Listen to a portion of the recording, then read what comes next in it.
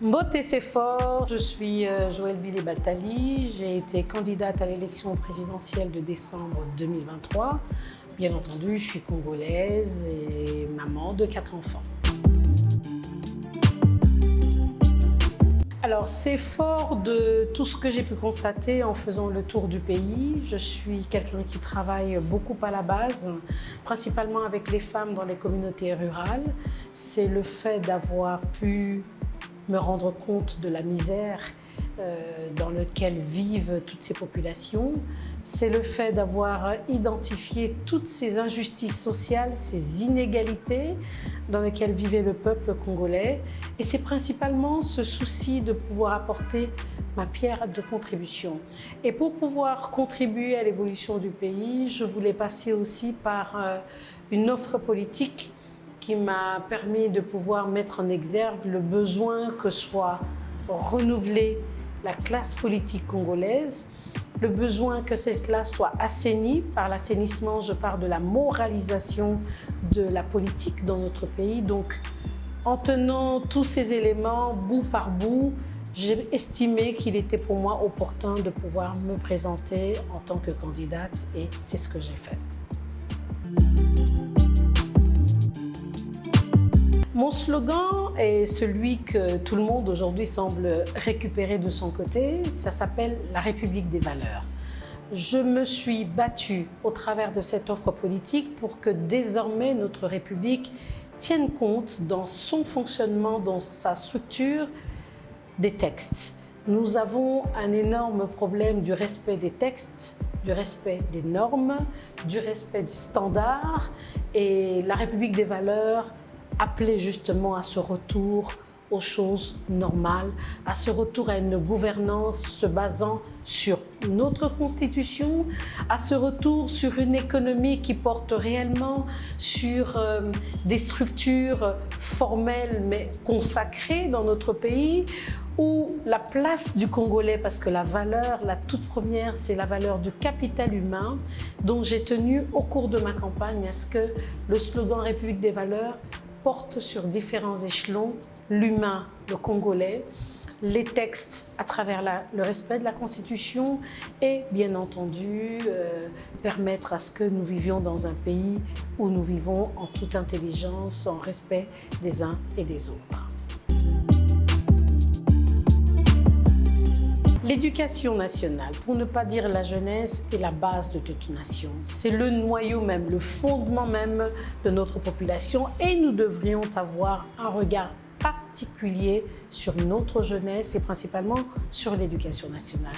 Et pour ce faire, je reconnais que le président Tshisekedi a mis en place le programme, enfin l'initiative de la gratuité de l'enseignement, mais ceci nécessite d'être davantage renforcé dans son fonctionnement.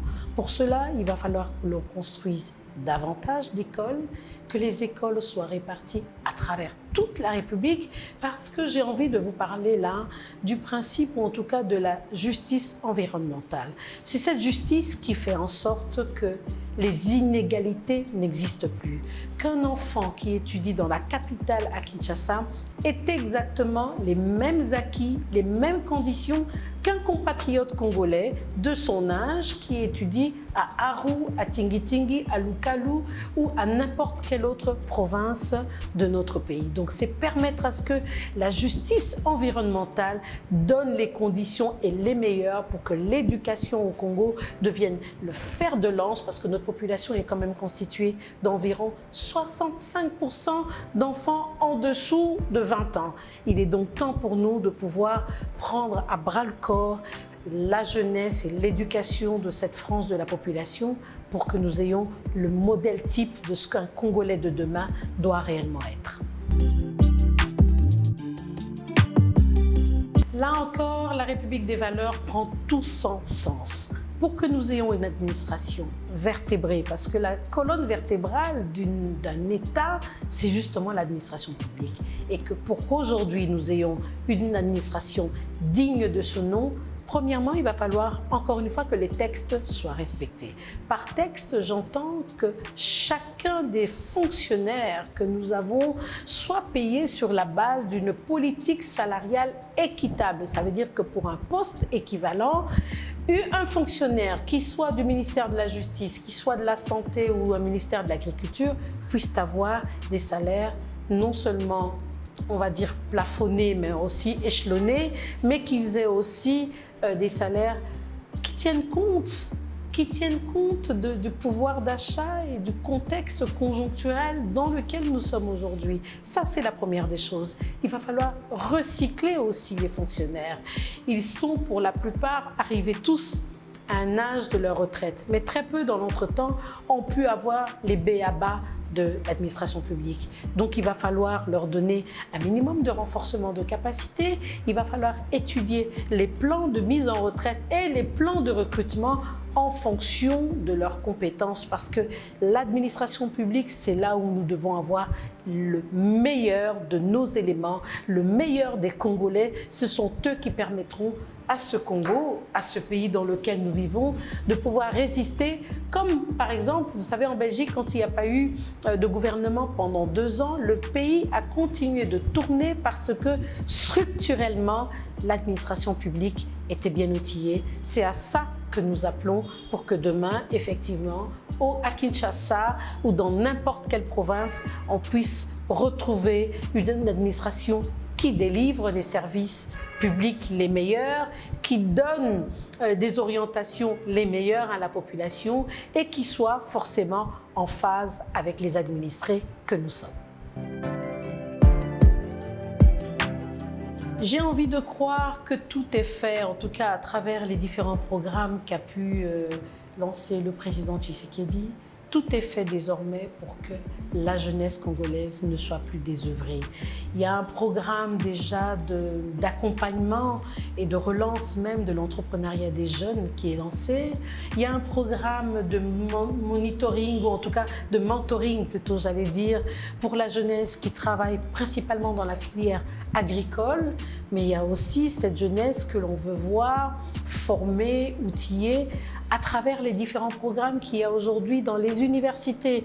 Les universités ont été réhabilitées, mises au goût du jour, rendues modernes, dotées de moyens technologiques, en tout cas du Wi-Fi. Et je pense que ce sont déjà des éléments qui nous permettent de croire que demain, nous n'aurons plus une jeunesse complètement abandonnée à elle-même. Mais à travers la jeunesse, j'ai envie aussi de parler de ce que nous appelons communément les Chégués, les Koulouna, les enfants de la rue. Je reste convaincue que parmi eux, il y a des intelligences. Il y a peut-être un Einstein qui se retrouve parmi cette jeunesse. Il nous appartient désormais, et je pense et je sais que le programme du chef de l'État, en tout cas le programme que moi je lui ai soumis à travers l'offre politique de la République des valeurs que j'ai portée pendant la campagne, ce programme intègre un volet important d'une mise en valeur, d'une mise en lumière et en compétition de notre jeunesse pour que réellement elle puisse être suffisamment vertébrée et que nous en soyons fiers demain, parce que notre jeunesse aujourd'hui, c'est l'avenir de la RDC de demain. Le pouvoir d'achat a un rapport indélébile avec l'économie. Or, l'économie, c'est la création de richesses. Si le Congo ne produit pas suffisamment, il est difficile que nous ayons une économie, ou en tout cas un pouvoir d'achat élevé. Pour l'instant, nous savons que notre économie, elle est extravertie, une économie qui est particulièrement axée vers les minerais et tout ce qui est matière extractive. L'idéal pour que nous ayons une économie et un pouvoir d'achat surtout, c'est que nous nous mettions à produire nous-mêmes.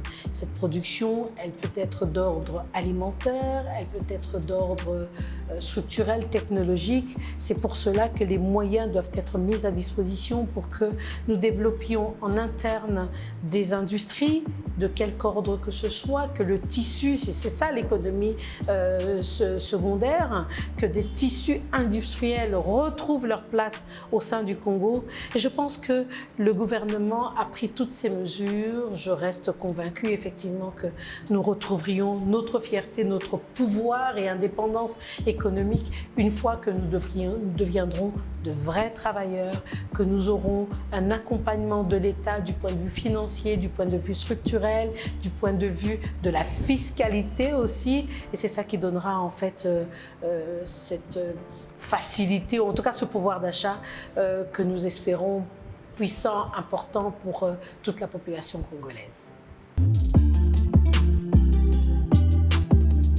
Vous l'avez dit vous-même, notre pays est grand, notre pays est beau. En 1960, je ne pense pas qu'il y avait en Afrique de pays aussi prometteurs que ne l'était le Congo à l'époque. Plusieurs choses sont passées depuis là. Aujourd'hui, c'est une nouvelle génération qui apparaît. Cette nouvelle génération est faite d'hommes et de femmes qui connaissent aujourd'hui les deux approches, les deux mondes, le monde moderne, mais aussi le monde purement congolais dans lequel nous vivons. C'est ce monde dans lequel nous avons notre histoire, nous avons notre passé, nous avons aujourd'hui de quoi pouvoir redevenir une nation qui a sa place dans le concert des nations. Donc ma vision, c'est que le Congo diplomatiquement redevienne fort, que nous mettions en place plus une diplomatie, on va dire, de réaction, mais que ce soit une diplomatie préventive qui nous permet de vivre en bonne intelligence avec tous nos voisins. Autre chose aussi, qu'une vision que j'ai, c'est que notre pays qui est au centre de l'Afrique redevienne ce poumon économique qui donnera justement un momentum important pour tous les autres pays qui nous regardent, qui soient du continent et qui soient de l'extérieur. Donc ma vision, elle est énorme, elle est grande et le capital humain, les Congolais que nous avons sont tellement pétris de valeurs, de compétences et qu'ils ont pris conscience aujourd'hui que personne d'autre ne viendra nous aider à sortir le Congo de l'état dans lequel il est aujourd'hui. Les Congolais ont donc conscience aujourd'hui que c'est à travers eux, c'est avec eux que demain nous aurons une grande nation et mon rêve est de nous voir positionnés avec beaucoup de femmes justement à la tête des institutions parce que nous avons un président qui prône la masculinité positive, il en est un champion et bientôt je suis sûre que vous verrez des femmes dans des postes régaliens, dans des postes d'influence, de responsabilité et de décision. Donc voilà, que ce soit un pays où tout le monde se sent libre, où il y a le bon vivre et où la paix sera le maître mot de cette République. Voilà. Je me définis comme une dame qui, déjà je me vois, je ne sais pas si je peux appeler ça de l'ambition, mais en tout cas je me vois demain attirant vers moi une bonne partie de la jeunesse congolaise. Je les attirerai par ma façon de travailler, par ma façon d'être, par ma façon de les sensibiliser et de les motiver à travailler beaucoup parce que je suis très patriote et j'aime les personnes qui, comme moi, sont remplies de toutes ces valeurs qui peuvent aider justement à ce que le Congo demain soit une nation grande. J'aime qu'on parle des Congolais toujours en y associant le mot grandeur à côté, en y associant le mot fierté à côté, le mot travailleur, le mot innovateur. Donc je n'ai que des idées de grandeur pour le Congo. Voilà. Je ne tarirai pas d'éloges pour ce pays qui est riche, qui est beau, mais qui nécessite que nous, en tant qu'enfants de ce pays, nous y travaillons. Donc je suis une travailleuse, si vous voulez vraiment que je me définisse. Voilà.